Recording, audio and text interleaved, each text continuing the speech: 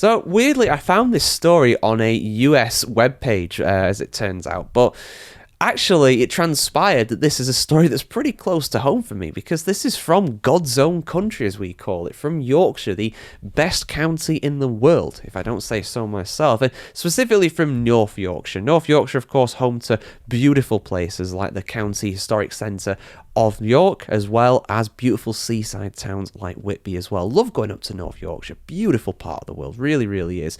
If you live in the UK, go up to the North Yorkshire moors. It's beautiful up there. Really, really is. And part of the reason why it's so beautiful up in North Yorkshire is because you feel quite safe. It seems so like somewhere that, it'd be great to retire to, nice and quiet. Nothing really bad ever happens there. Apart from this.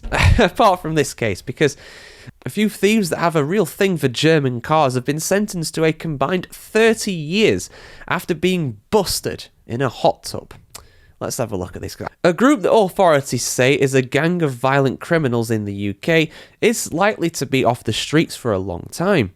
According to the North Yorkshire Police, 2 of the suspects were caught hiding in a hot tub while the third hid away in a nearby trailer. This all began more than a year ago on the 21st of October 2024 in Campbellsford in North Yorkshire. According to authorities, 3 masked men reportedly started banging on the door of a home at around 11:30 at night, claiming they were the police. Once they were inside the house, they allegedly assaulted the owner of an Audi RS3 and demanded that she turn over the keys to the car. I mean, this goes without saying, guys, but don't go opening the door to people in the middle of the night. I don't care if you live in a leafy suburb like this probably is, right? You can't go doing that, Common sense should definitely apply. Obviously, though, these people should not have done what they have done here. But yeah, very much the victim not really thinking very much there, I suppose, at that point. Police say they were able to get the keys, but the woman that owned the car had fitted it with an immobilizer device. They allegedly punched the woman in the face and demanded the immobilizer code. Why did she tell them about an immobilizer? That's another thing as well. Don't go telling these people things. Let them drive off with it.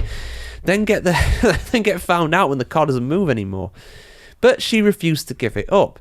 The thieves eventually left without the car, though. So in the end, she didn't have a car stolen, but yeah, she got pretty beaten up by them, unfortunately, with that. When the police were alerted to the attempted robbery, they say they discovered that prior to this attempt, another house had been broken into and the keys to a Volkswagen Golf R were taken. The Golf R that was parked in front of the house was also taken. The next night, authorities say the group struck again at a home in East Yorkshire. The 4th best Yorkshire in my opinion, but we'll debate about that another time. For reference, guys, there are 4 Yorkshire counties, so it's at the bottom, unfortunately, for me. But that's a debate we can have another time. This time armed with a crowbar and a firearm. They demanded the keys to another Volkswagen Golf R. The owner turned over the keys and the suspects fled in the VW. This prompted a massive police response, including the support of a National Police Air Service helicopter. That's how you know they're serious, when they're whipping out the helicopter. Police spotted the Golf R and successfully deployed spike strips. However, the car continued to drive on the rims after the tyres deflated. What the hell? How? What? That's crazy. I mean, determination for sure, man. Eventually, though, the car became disabled and the suspects fled into a housing development. A police canine unit tracked the suspects to a backyard, and police quickly found one of the suspects hiding under the cover in a hot tub. At least they didn't set it going before doing that.